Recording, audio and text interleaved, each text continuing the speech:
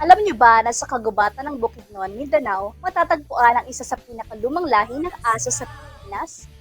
Ayon sa pag-aaral ng kynology sa palubhasa sa primitive dogs na si Tom Asmus, ang aso ng gubat o tinatawag na witch dog ay isang purebred na aso na posibleng umaabot sa 36,000 years ang existence.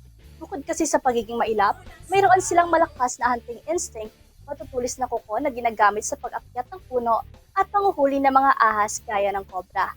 Ang pag-aaral ni Asmus ay siyang naging daan upang suriin ang World Canine Genome Project ang DNA ng mga asong ito upang opisyal na kilalanan bilang kauna-unahang native dog breed ng Pilipinas.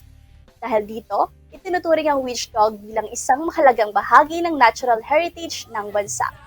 Ako si Alena Rhea Agustin, CLSU Student Intern para sa Balitang Unang Sigaw.